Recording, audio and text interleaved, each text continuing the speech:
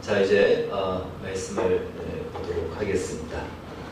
오늘 제목이 좀 길죠? 한번 읽어보겠습니다. 나는 참 포도나무요, 너희는 가지니. 시작. 나는 참 포도나무요, 너희는 가지니. 우리 사진이 지금 보여줄 수 있나요? 그것만이라도 좀 보여주시면 좋겠습니다. 사진을 보면 어떻습니까? 좀 이상하지 않습니까? 저 위에 그 물고기는 연어인데 유전자 조작으로 36배가 커진 연어입니다. 저 연어 먹은지 모릅니다, 여러분. 네. 그 다음에 그 밑에 거는 토마토인데 저것도 유전자 농법, 조작 농법으로 이렇게 토마토가 저렇게 나왔고요. 밑에는 뭘까요? 네, 닭입니다. 유전자 역시 조작으로 난 닭입니다. 닭 잡을 때 항상 그 털 뽑기가 힘든데 아예 털 나는 그 유전자를 없애버린 거죠. 그러니까 저 상태에서 바로 그냥 아웃하면 되는 겁니다. 아주 편하게 잡을 수 있도록 좀 징그럽죠. 근데 이렇게 유전자를 조작해서 유전자를 변형시켜서 저렇게 식품도 만들고 동물도 만들고. 자, 그리고 지금 보는 또 다음 장면은요. 이것은 해바라기입니다.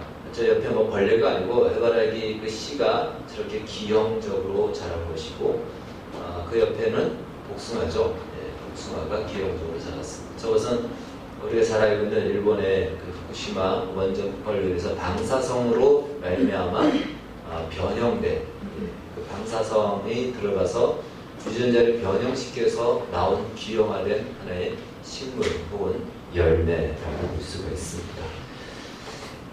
이 유전자 조작으로 만들어지는 그 식품 같은 경우는 이제 GMO다 이렇게 우리가 보통 알고 있습니다. 이 GMO라고 불리는 이 식품은 이걸 먹으면은 우리의 유전자가 변형이 돼요. 그래서 사실 굉장히 안 좋은 건데 불구하고 우리나라는 GMO의 천국입니다.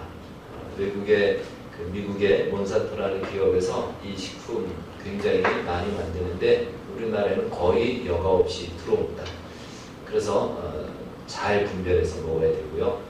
저것이 굉장히 좀 더 많은 사진을 준비를 보여주려고 했지만 별로 그렇게 유익하지는 않을 것 같아서 준비하지 않았습니다. 막 양을 크게 하죠. 굉장히 많은 양을 만들어내고 그래서 소도 엄청난 큰 소를 만들고 저렇게 연어도 만들듯이. 그러니까 저것이 더 효율적이니까 저걸 값싸게 산 거죠. 우리의 식탁이 그런 걸로 많이 노출이 되고 있습니다. 이러한 유전자의 어떤 변형과 조작은요, 그 해당 유전자를 떼어내고 다른 유전자를 주입하는 거죠. 그래서 변형을 시켜서 그 본래 가지고 있는 유전자의 속성이 아닌 다른 속성, 그 합해서 다른 모양의 어떤 모습을 만들어내는 것입니다. 우리말에 콩 심은 데는 뭐가 나야 될까요? 콩이 나야 되고 팥 심은 데는 팥이 나야 되는데 이것이 정상인데 지금은 이제 저렇게 가다 보면은 콩을 심었지만 콩인지 팥인지 모르는 것들이 나올 수가 있다는 것입니다. 오늘 우리가 읽은 말씀은요, 이런 맥락으로 이해한다면 조금 더 쉽게 이해할 수가 있습니다. 우리 1절 말씀 다시 한번 읽겠습니다. 15장 1절 시작. 나는 참 포도나무요, 내 아버지는 농부라. 유명한 음식점에 가면은 그 앞에 보통 식당 간판에 뭘 붙이 그 글씨를 써놓죠. 이것은 여기가 감자탕을 한다. 근데 진짜 감자탕을 하는 원조다. 근데 요즘은 너도 나도 원조라고 다 써가지고 또 앞에 하나 붙어요. 진짜 원조다. 그럼 너도 나도 진짜 원조 다 붙이면 또 그 다음 뭐라 그럴까요? 진짜 원조다. 그렇게 가겠죠. 이 예수님께서 오늘 그런 의미로 말씀하셨어요. 나는 포도나무다. 이렇게만 말씀하시면 되는데 무슨 포도나무라고 합니까? 참 포도나무다. 이 참이란 말은 다른 말로 진짜 포도나무다 라고 얘기합니다. 물론 이제 바르다라는 의미에서도 있겠지만 진짜라는 것이죠. 그러니까 다른 말로 다른 포도나무는 다 뭐다? 가짜다. 가짜다. 이 포도나무는 무엇을 말씀하고 있을까? 성경은 이 포도나무를 이스라엘로 상징하고 있습니다. 성경 시편 80편 8절을 보면은 이제 이렇게 말씀하고 있습니다. 한번 같이 말씀 보도록 하겠습니다. 시작. 주께서 한 포도나무를 애굽에서 가져다가 열방을 쫓아내시고 이를 심으셨나이다. 정확하게 출애굽을 말하죠. 하나님께서 한 포도나무를 애굽에서 출애굽시킨 거예요. 그리고 가나안 땅에 들어가는데 가나안에는 이미 여러 족속들이 살았는데 그 여러 족속들을 다 어떻게 했다? 쫓아내시고 애굽에서 가져온 포도나무 누굽니까? 이스라엘을 그 가나안 땅에 심었다. 정확하게 이스라엘을 말씀하고 있습니다. 그래서 이 포도나무는 1차적으로 그 민족적인 측면에서는 저 이스라엘을 상징합니다. 포도원 비유도 그래서 이스라엘을 이야기합니다. 그러나 이스라엘이 사실 무슨 자격과 조건이 돼서 하나님으로부터 선택을 받은 것은 아닙니다. 그것은 무조건적인 하나님의 은혜로 이스라엘을 선택을 받았듯이 열방도 오늘 이 시대를 얘기한다면 신약의 교회죠. 우리도 하나님의 은혜로 선택을 받은 이스라엘입니다. 그래서 영적인 이스라엘이라고 이렇게 이야기했죠. 다른 말로 우리도 역시 포도나무라는 것입니다. 뿐만 아니라 이 포도나무는 사실은 더 확장해서 본다면 하나님께서 이 인류를 이 땅에 심어놓은 모든 인류도 포도나무입니다. 그런데 이 포도나무가 포도 열매를 맺어야 되는데 엉뚱한 열매를 맺는다는 것이죠. 그걸 오늘 말씀하고 있습니다. 자, 예레미야 2장 21절 말씀 보면 이렇게 얘기합니다. 시작. 내가 너를 순전한 참 중자 곧 귀한 포도나무로 심었거늘 내게 대하여 이방 포도나무의 악한 가지가 되면 어찌는요. 하나님이 아름답고 선하게 인간을 만드셨고 하나님의 은혜로 이스라엘을 선택하였지만 인간이 그 이스라엘이 맺은 열매는 악한 열매를 맺었다. 원래 그 포도의 종자를 심었기 때문에 포도 열매를 맺어야 되는데 그들이 맺은 열매는 포도 열매가 아니라는 것입니다. 다른 것이라는 거예요. 그러면서도 그들은 자신들이 포도나무라고 주장하고 그렇게 믿고 있는 것이죠. 그래서 예수님이 내가 참 포도나무다라고 오늘 말씀하고 있습니다. 호세아서 10장 1절에서는 이것을 조금 더 이렇게 더 구체적으로 얘기합니다. 시작. 이스라엘은 열매 맺는 무성한 포도나무라. 그 열매가 많을수록 제단을 많게 하며 그 땅이 아름다울수록 주상을 아름답게 하도다. 자, 이들이 맺는 열매가 어떤 열매냐면은 무성한 포도나무임에도 불구하고 그 열매가 무성할수록 많을수록 무엇을 많이 만든다? 제단을 많게 한다. 이 제단은 무슨 제단입니까? 우상을 섬기는 제단입니다. 이방신을 섬기는 제단입니다. 열매가 많다는 것은 축복을 받은 것이죠. 복을 받은 것이죠. 하나님이 복을 주시는데 불구하고 그들에게는 무엇이 늘어나냐면 이방신을 섬기는 이방 신전들이 많아지고 제단이 더 많아지고 주상이 더 많아진다. 이렇게 이야기합니다. 그러니까 복을 주면 줄수록 이들은 엉뚱한 길을 가고 엉뚱한 열매를 맺는데 어디까지 가느냐? 2절 3절은 이렇게 말씀합니다. 같이 읽겠습니다. 시작. 자, 저건 1절이고 2절 3절 말씀 거기에는 한번 같이 읽겠습니다. 시작. 저희가 두 마음을 품었으니 이제 죄를 받을 것이라. 하나님이 그 죄단을 쳐서 깨치시며 그 주상을 허르시리라. 저희가 이제 이르기를 우리가 여호와를 두려워 아니하므로 우리에게 왕이 없거니와 왕이 우리를 위하여 무엇을 하리요 하리로다. 그 앞에 한번 포도 무성함을 한번 보여주십시오. 포도가 무성한 청포도를 한번 보면 저렇게 무성하고 지금의 포도철이죠. 저렇게 무성한 포도의 열매를 맺도록 하나님께서 복을 주셨는데 저기 많으면 많을수록 이방신을 섬기고 제단이 많아지면서 어디까지 간다면 이제는 여호와를 두려워하지 아니하노라. 하나님을 두려워하지도 않고 하나님이 무슨 왕이냐? 하나님이 있긴 어딨냐? 우리에게는 저 무성한 포도, 저 많은 보이는 물질이 많이 있으면 돼. 하나님이 뭘 한다고 뭘 할 수 있겠다고 하겠어 하면서 오히려 하나님을 무시하고 하나님을 두려워하지도 않고 하나님을 외면하는 이러한 열매를 맺었다는 것입니다.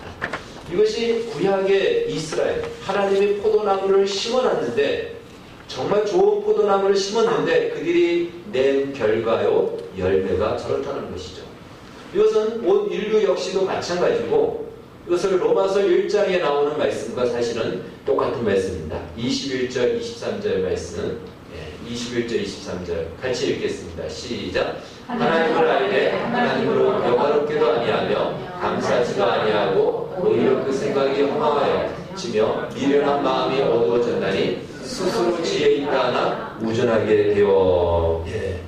하나님이 아닌 바로 그 피조물을 하나님처럼 섬기는 우준하게 되고 어리석어서 인간이 그러한 결과, 그러한 인생을 살아가고 있다는 것입니다. 그래서 이것은요, 호세아서 있는 말씀과 로마서 1장의 말씀은 사실 같은 내용이죠.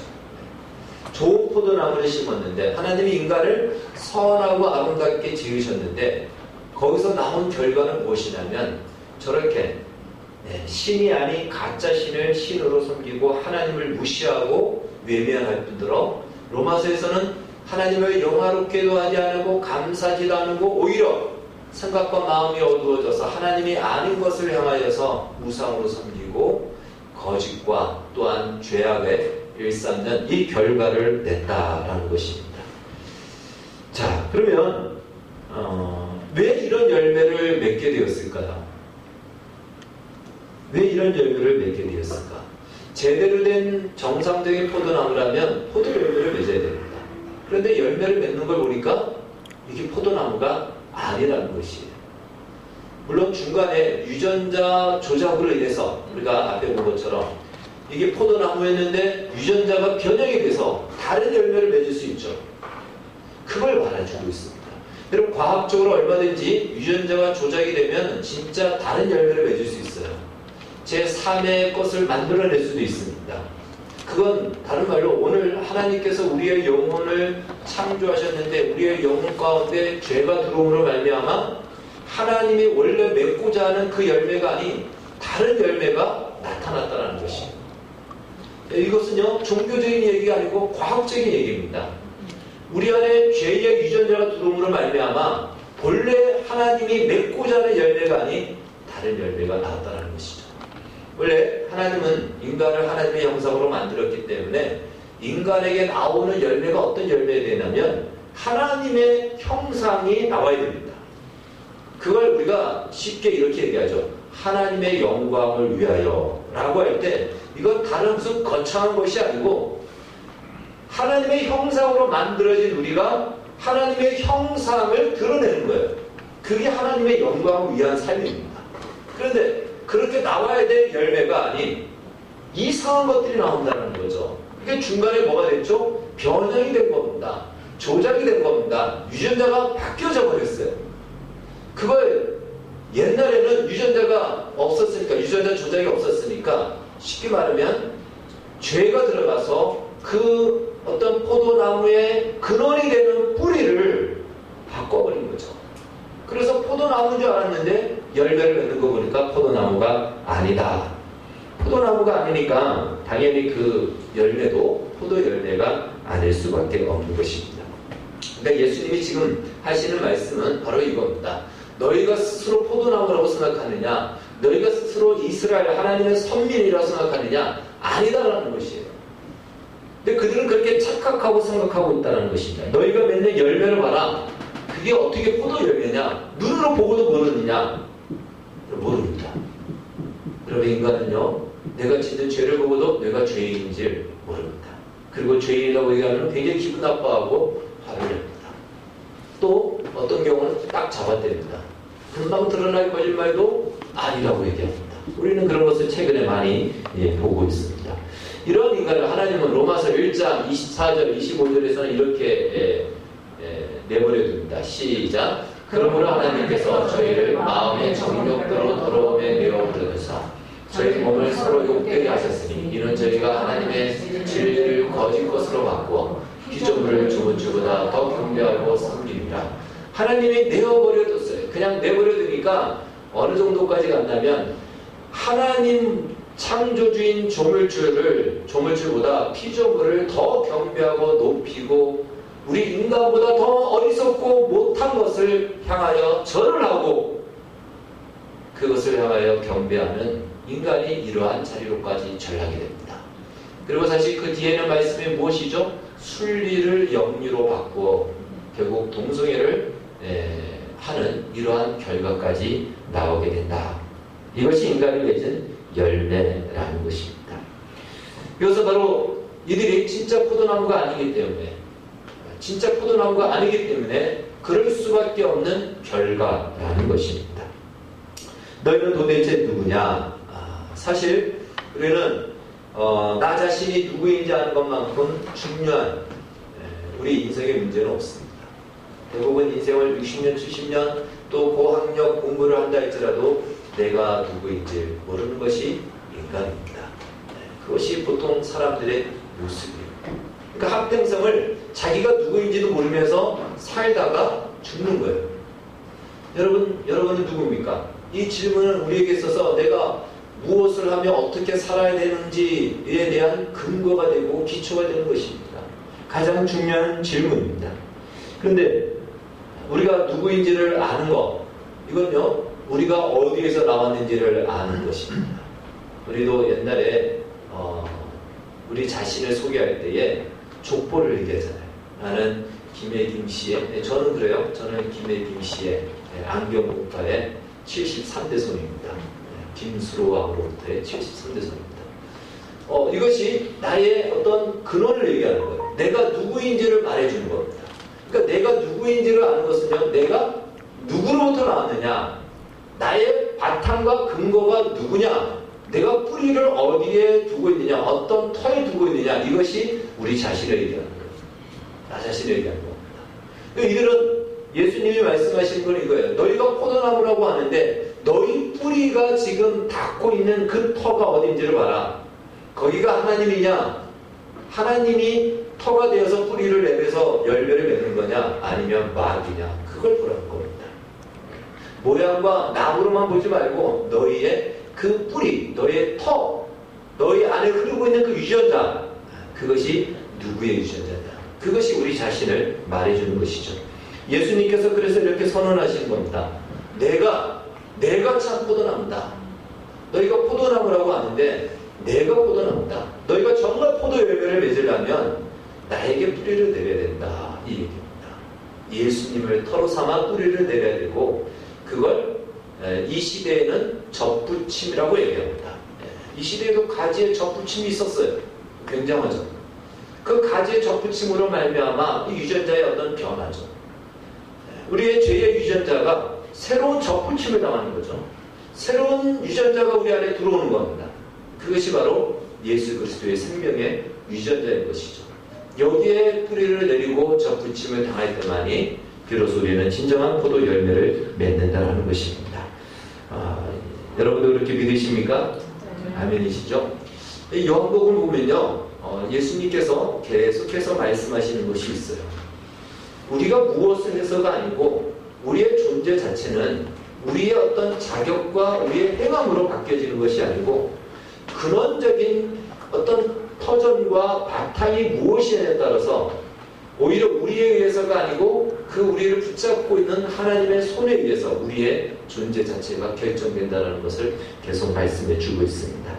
자, 그런데 우리는 이 요한복음 15장 말씀을 전체적으로 읽다 보면요, 이 말씀에 가장 포커스를 두고 교훈을 삼는 말씀이 이 8절 말씀입니다. 우리가 읽은 말씀 뒤에 8절을 보면은 이렇게 쓰여져 있습니다. 8절 한번 같이 읽겠습니다. 시작. 너희가 열매를 많이 맺으면 내 아버지께서 영광을 받으실 것이요 너희는 내 제자가 되리라. 그러니까 열매를 많이 맺으면, 그러니까 5절도 마찬가지죠. 열매를 많이 맺나니, 이런 말씀이 같이 있으면서 우리의 그 초점이 어디에 2절 말씀도 마찬가지고요. 어디에 꼽히냐면은 열매를 많이 맺어야 된다. 열매를 많이 맺어야 하나님을 기쁘게 하고 우리가 예수님의 제자도 되는 것이다. 열매를 많이 맺는 것으로 교훈을 삼아 열매 맺는 삶을 살자라는 것으로 이 적용을 하게 됩니다. 그런데 사실은 요한복음 15장은 열매를 맺는 것을 분명히 이야기합니다. 그러나 그보다 더 중요한 것은 열매를 맺기 전에 너희 자신이 누구인지 이것을 아는 것이 더 중요하다는 사실이에요. 내가 누구인지를 알아야 어떤 열매를 맺어야 되는지도 알고 그 열매를 어떻게 맺어야 되는지도 아는 것입니다. 그걸 말씀하시는 거예요. 그래서 예수님께서 내가 참 포도나무요 너희는 이 포도나무의 나의 이 줄기에 붙은 가지라는 이 사실을 분명하게 알고 인식해야 너희가 맺을 열매가 어떤 것인지도 알고 너희의 존재가 무엇인지도 안다라고 가르쳐 주고 있습니다. 이것은 마치 마태복음 7장에서 예수님께서 산상수훈을 말씀하시면서 이런 말씀하셨죠. 모래 위에 지은 집과 반석 위에 지은 집, 그 비유를 들어주시면서 내 말씀에 주의 말씀을 듣고 행하는 자는 반석 위에 지은 집이라. 그래서 우리는 그 번역된 성경을 보고 어떻게 이해하냐면 말씀대로 듣고 순종해야지. 그래야 내가 반석 위에 짓는 집이 나의 집이지. 이렇게 생각합니다. 근데 사실은 그것은요, 내가 듣고 행하는 것을 말하는 것이 아니고 기초가 무엇이냐를 말하는 거예요. 반석에 나의 기초를 두었느냐, 모래에 나의 기초를 두느냐에 따라서 그 결과는 달라질 수밖에 없다는 것입니다. 오늘도 똑같은 거예요. 참 포도나무인 예수님께 뿌리를 두고 기초를 둔 사람은 진짜 포도 열매를 맺는 겁니다. 그런데 예수께 그 뿌리를 두지 않으면 자기가 아무리 포도나무라고 생각해도 포도 열매를 맺을 수가 없다는 것이에요. 그것을 오늘 말씀해 주고 있는 것입니다. 우리 모두가 반석 위에 요한복음식으로 얘기한다면 참 포도나무이신 예수 그리스도께 뿌리를 내리기를 주의 이름으로 축원합니다. 아멘. 자, 그것을 오늘 본문에서는 예수님이 이렇게 말씀하셨어요. 내 안에 거하라. 내 안에 거하라. 다른 말로 행함의 문제가 아니고 거함의 문제입니다. 거하라는 이 말은 이런 표현이죠. 동거하다, 함께 머무르다, 한 집안에 같이 있다. 이걸 로마서식으로 얘기한다면 연합이라고 얘기합니다. 그러니까 정말 중요한 것은 가지가 줄기에 접붙임을 당하는 것은 뿌리가 그 터에 뿌리를 내려서 그 터에 있는 양분을 빨아들이는 것은 다른 말로 이것은 하나라는 것입니다. 연합이라는 것입니다. 그리고 가지가 접붙임을 당하면은 그때부터는 독립된 가지, 존재가 아니고 하나입니다. 모양은 가지지만 내용은 무엇이죠? 줄기로부터 올라오는 그 DNA를 가지고 그 유전자를 가지고 그 열매를 맺는 것이에요. 그러니까 이것이 우리의 정체성이고 또 우리가 우리 자신을 이해하고 인식해야 될 분명한 사실입니다.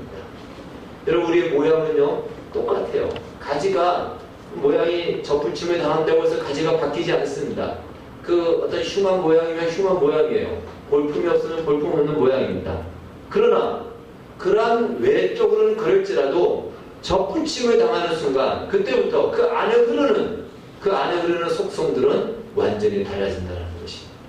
우리가 예수를 믿고 예수께 뿌리를 내리고 예수님께 가지가 우리가 접붙임을 당했다는 것은 우리의 모양과 겉으로 보여지는 것은 그냥 별 볼일 없어 보이기도 하고 이전과 똑같이 보이기도 하지만 우리 안에 흐르고 있는 유전자, 우리 안에 흐르고 있는 이 속성들은 이전에 우리가 가지고 있던 독립된 나의 존재, 내가 가지고 있던 것이 아닌 예수 그리스도로부터 오는 하늘 하나님으로부터 오는 그러한 생명의 속성이 우리에게 흘러오고 있다는 사실입니다.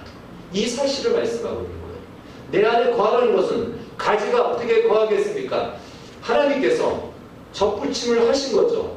거기에 붙어 있으면 되는 겁니다. 그럼 왜 붙어 있을까요? 열매를 맺기 위해서 붙어 있습니다. 열매는 가지의 열매가 아닙니다. 가지는 그 열매가 맺혀지는 부분일 뿐 진정한 그 열매의 속성은 뿌리와 줄기로부터 올라오는 정체성을 나타내는 것입니다.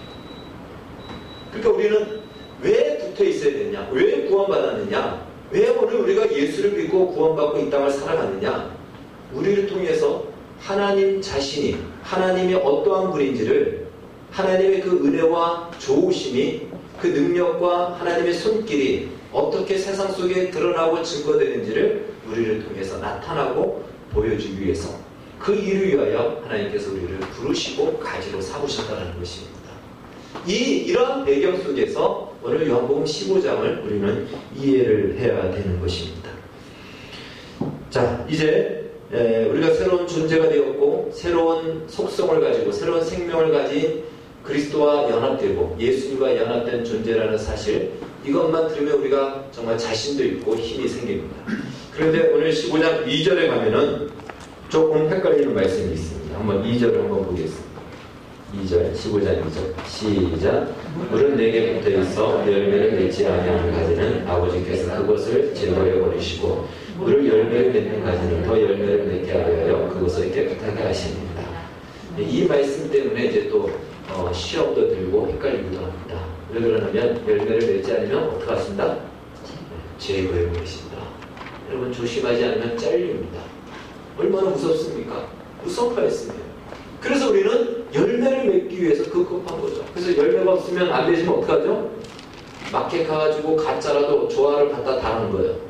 얼마나 가짜 열매가 우리 속에 많이 있습니까? 왜? 우리는 열매에 너무 집중되어 있고 여기에 초점이 맞춰져 있는 거예요. 근데 열매는 원래 자동스럽게 맺히는 것이지 조화를 갖다 붙여놓으면 그건 열매가 아닌 것이죠. 그런데 열매를 맺지 않으면 잘라버린다 그러니까 얼마나 무섭습니까? 근데 이 말씀은 그런 의미가 아닙니다. 이것은 조금 더 우리가 깊이 생각하고 살펴봐야 될 내용인 것입니다. 고린도전서 3장 10절에서 15절 말씀을 보면요. 이제 말씀을 읽지 않겠습니다. 설명만 하겠습니다. 예수를 믿고 난 이후에 우리의 신앙생활은 사도 바울이 이렇게 비유를 합니다. 집을 짓는 것과 같다라고 얘기합니다. 그러니까 집을 짓는데 기초는 예수 그리스도입니다.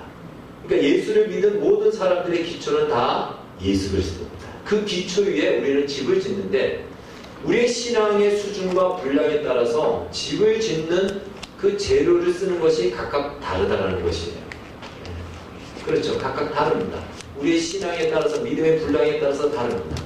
그래서 어떤 사람은 이거 저거 지구를 짓기도 하고 나무를 짓기도 하고 콘크리트를 짓기도 하고 금으로 짓기도 하고 쇠로 짓기도 하고 철골로 짓기도 하고 다양하게 집을 짓는데 고린도전서에서 말씀을 읽어봅니다. 그 기초인 예수 그리스도와 기초인 터와 맞지 않는 것들은 다 없어질 것들이다. 어떻게 없어지냐? 불을 질러버린다는 거예요. 불을 질러버려가지고 불에 타는 것들은 다 없어지고 불에 타지 않는 것들은 남는 것이고 그것만이 영원한 것이다. 그걸 고린도전서에서는 공력을 시험해 본다라고 이렇게 얘기합니다. 그렇죠. 우리가 불 태워버리면은 그냥 헐떡 다 타버리는 경우가 있잖아요. 근데 남는 것은 뭐가 남아있죠? 아주 강한 철 혹은 콘크리트 이런 것들은 돌멩이 이런 것들은 타지 않으니까 남는 것이죠. 다른 말로 우리가 신앙생활을 하면서 예수 그리스도에 기초한 그런 열매가 아닌 것들은 다 어떻게 된다? 타버리고 제거해버린다는 것이 그 쓸모없기 때문에. 대신 그 기초는 없어집니까? 안 없어집니까? 안 없어져요. 이것이 다른 말 무엇이냐면 우리의 구원은 취소되지 않는다는 것입니다. 대신 다 타버리고 남는 것이 없는 사람이 있을 수 있을까요? 없을까요? 기초 말고 있을 수 있습니다. 멋지게 만들었는데 이게 다 타버린 거예요. 그건 무슨 말이냐면 그것은 예수 그리스도의 기초에 맞는 속성의 재료라는 것은 믿음과 성령의 열매로 지은 집들을 말하는 것이고 그렇지 않은 육체의 열매와 인간적인 어떤 목적을 가지고 지은 것들은 다 타버린다는 것입니다. 이 열매는 합당하지 않는 거예요. 다 제거해버린다는 거예요. 그 사람은 구원 못 받냐? 구원 받습니다. 어디서 구원 받은 것 같다? 불 가운데서 얻은 구원과 같다. 대표적인 사람이 구약에 누가 나옵니까? 롯입니다. 롯이 소돔과 고모라가 유황불에 탈 때 나왔는데 몸뚱아리 하나 가지고 나왔어요. 여러분 우리가 예수를 믿고 이 자리에 있다는 것은 우리의 구원은 하늘이 들쭉나도 보장되는 것입니다. 그러나 없는 인생으로 우리가 주님의 얼굴을 뵙는다면 불 가운데서 구원받는 것과 같다. 그거는 좀 우리가 그렇게 선호할 부분은 아니지 않습니까? 바로 열매를 맺지 않은 가지는 잘라버린다는 것은 이런 의미입니다. 이 합당한 예수 그리스도께 접붙임을 당했는데 그 속성으로 나오는 열매가 아닌 것들은, 인간적인 열매들은 다 잘라버린다는 것이죠. 여러분, 종교적인 어떤 명분을 가지고 봉사도 하고 선교도 하고 전도도 하고 찬양도 하고 기도도 합니다. 그 안에도 육체의 열매가 있을까요, 없을까요? 있습니다. 종교적인 것 안에서도 합당하지 않은 것들은 다 잘라버리겠다는 거예요. 그러니 이 세상을 살아가면서는 얼마나 그런 것들이 많이 있겠습니까?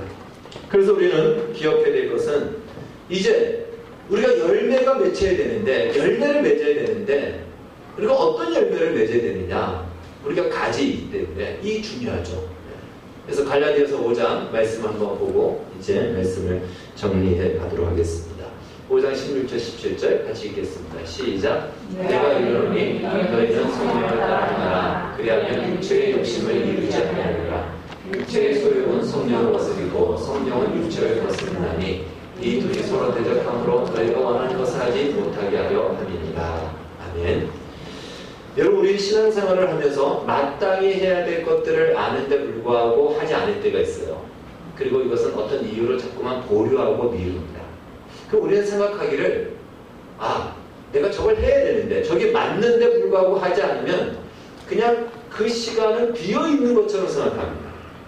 그런데 사실은 비어있는 것이 아니고 무엇이죠? 지금 성경에 보니까 우리의 마땅히 해야 돼요. 하나님이 마땅히 우리에게 말씀하시고 행할 것들을 우리가 행해야 되는데, 맺어야 되는데 그걸 하지 못하도록 지금 막고 있다는 것이에요. 무엇이 막고 있습니까? 육체의 소욕이 그걸 막고 있다는 것이에요. 그래서 우리는 내가 이걸 행해야 되는데, 이 열매를 맺어야 되는데 안 맺는 것은, 안 맺고 있는 것이 아니고 그 시간만큼 뭘 맺는 거죠? 육체의 열매를 맺고 있다는 사실입니다. 이것이 바로 우리의 시간을 우리가 다시 되돌릴 수 없고 시간을 다시 돌이킬 수 없기 때문에 그 시간은 육체의 열매로 그냥 지나가는 거예요. 우리 이 사실을 기억해야 됩니다. 그 시간은 빈 채로 기다려주지 않고 있습니다. 우리 이 사실을 알고 우리가 맺어야 될 열매가 무엇인지를 잘 파악해야 되죠. 자, 육체의 열매, 갈라디아서 5장 19절 21절 한번 같이 읽겠습니다. 시작. 이제 육신의 행위들은 명백하니 곧 간음과 음행과 부정함과色욕과 부상숭배와 마법과 증오와 불화와 경쟁과 진노와 다툼과 폭동과 이단 파단과 시기와 살인과 술 취함과 흥청됨과 또 그와 같은 것들이다. 이건 좀 현대어로 번역된 그런 성경의 것입니다. 여러분, 사실 저것은 우리는 본성적으로 우리는 죄에 익숙하여서 저러한 열매들이 우리에게는 자연스럽습니다. 우리는 이기적이고요, 본성적으로 남이 나보다 잘 되는 것을, 높아지는 것을 대합화합니다. 우리에게 만약에 권력과 돈이라는 기회가 주어진다면 우리는 그것을 가지고 남을 위해, 사회를 위해 쓰기보다는 일단은 나의 욕심을 채우고 나의 자존심을 나타내는 것으로 사용하는 것이 우리의 일반적인 마음인 것입니다. 그리고 내가 하면 다 정당하고 남이 하면 이 불륜이에요. 내로남불의 사실은 그 속성을 우리 모두가 다 가지고 있습니다. 그런데 이것은 오늘 우리뿐만이 아니고 초대교회도 마찬가지였어요. 성경에 보면 이런 모습들이 초대교회에 굉장히 많이 나타나는 것입니다. 근데 이런 것들이, 이러한 마음에서 나오는 그 모든 것들은 다 어떤 것들이다? 불에 타 제거될 것들이라는 것입니다. 이러한 마음으로 열매를 맺고 이러한 마음으로 헌신을 하고 이러한 마음으로 세상을 살아가는 것은 다 제거될 것들이고 없어질 것들이고 사라질 것들이다 라는 것입니다. 그래서 남는 것이 있다면 그냥 예수 그리스도의 기초밖에는 남는 것이 없는 것이죠. 그래서 우리는 이제 이러한 열매가 아닌, 성경을 읽지는 않겠지만 우리가 잘 알고 있는 성령의 열매를 맺어야 되는 것입니다. 다른 말로 하나님이 우리를 하나님의 형상으로 창조하였기 때문에 그 형상을 우리의 인생을 통해서 드러내는 거예요. 나타내는 겁니다. 그 형상이라는 것은 모양을 말하는 것이 아니고 인격을 말하는 것이고 성품적인 것을 얘기하는 거죠. 이것을 우리는 믿음을 가지고 행하는 것입니다. 섬기고 사랑하고 기다리고 기도하고 인내하며 이것이 주님이 가지신 주님의 성향이고 주님의 속성입니다. 이러한 것들로 우리의 인생과 삶을 살아갈 때 그 열매들은 영원히 기억될 것이고 남는다는 것이죠. 나무의 영광은 무엇에 있습니까? 열매에 있습니다. 그러나 그 열매를 맺는 것은 결코 쉽지 않습니다. 우리가 기도도 했지만 어제 태풍이 와가지고 특별히 가수원 농가들이 굉장히 손해를 많이 봤죠. 수수 다 떨어져 버리잖아요. 떨어지는 순간 일단 그 상품은 그 과수는 어떻게 됩니까? B급, C급으로 전락이 됩니다. A급 상품에서는 이미 떨어집니다. 근데 그 와중에도 떨어지지 않고 남아있는 열매들이 있어요. 그 열매 이름을 일본에서는 옛날에 그랬잖아요. 떨어지지 않는 열매. 이게 수능에 딱 팔면은 이게 다 사는다는 거예요. 떨어지지 않는 열매. 바로 그것이 A급이죠. 그러니까 열매로서 그 최고의 열매에서 존재한다는 것은 결코 쉽지 않습니다. 태풍을 견뎌내야 되고요. 뜨거운 햇빛을 받아야 되고 바람도 이겨내야 되고. 그래서 그 열매를 먹으면서 비로소 사람들은 나무를 평가합니다. 야, 맛있다. 그럼 그 나무도 무슨 나무로 보이죠? 좋은 나무로 보입니다. 좋은 나무. 그런데 그 열매 똑같은 나무인데 불구하고 열매가 제대로 맛이 없으면 똑같은 나무인데도 불구하고 그걸 먹는 순간 이 나무는 어떤 나무예요? 나쁜 나무예요. 좋지 않은 나무예요. 좀 별로다. 이렇게 보이죠. 그리고 열매에 따라서 나무가 달라져요. 나무의 평가가 달라진다는 사실. 하나님이 우리에 의해서 평가가 달라져요. 우리의 인생과 우리의 삶을 통해서 하나님이 어떤 분인지가 좌지우지가 된다는 사실입니다. 하나님은 우리를 이 열매를 맺는 인생으로 부르셨고 그 가지로 우리에게 접붙임시키셨습니다. 그 기회가 우리의 인생의 기회인 것입니다. 이제 멋진 열매를 맺을 수 있는 기회로 살아가는 겁니다. 여러분, 우리가 신앙생활을 하는 것은 우리를 옥죄이기 위한 것이고 내 삶에 있고 부수적인 삶으로 신앙생활하는 것이 아니에요. 우리의 일상의 모든 영역, 종교적인 영역을 포함해서 삶의 모든 영역이 다 이 열매를 맺을 기회인 것입니다. 나무의 영광은 무엇이라고요? 열매예요. 어떤 열매입니까? 좋은 열매를 맺는 것이 그 나무의 영광인 것이에요. 하나님의 영광은 무엇이라고요? 여러분과 제가 바로 이 열매를 맺는 것이 하나님이 영광을 받으시는 겁니다. 이 기회를 우리에게 주셨다는 사실을 기억하여 우리의 인생이 쓸모없고 육체의 열매로 없어질 것들로 제거될 것들로 사라지지 않고 영원히 기억되고 영원히 그 아름다운 평가 속에 상급을 받고 그 열매를 맺는 인생으로 채워지기를 다짐하시고 그 부르심을 기뻐하며 살아가는 우리 모두가 되어지기를 주의 이름으로 축원합니다. 기도하겠습니다. 주님, 참 포도나무이신 주님께 우리를 접붙임 시키셨습니다. 우리의 뿌리가 이제 예수 그리스도의 터 위에 내려졌습니다. 우리로부터 나오는 거짓된 육체의 열매가 아닙니다. 주님으로부터 나오는 생명의 열매, 진리의 열매, 하나님의 형상을 드러내어 우리를 보는 세상 사람들이 맛을 보고 하나님이 참 좋은 하나님이다, 하나님은 참 좋은 분이다 하는 것을 저들로 그들의 입술에서 고백되어지는 놀라운 은혜, 그 열매를 맺는 인생으로 살아가게 하여 주시옵소서. 이것을 위해서 너희가 무엇인지 구하면 내가 다 듣고 행하리라고 약속하셨습니다.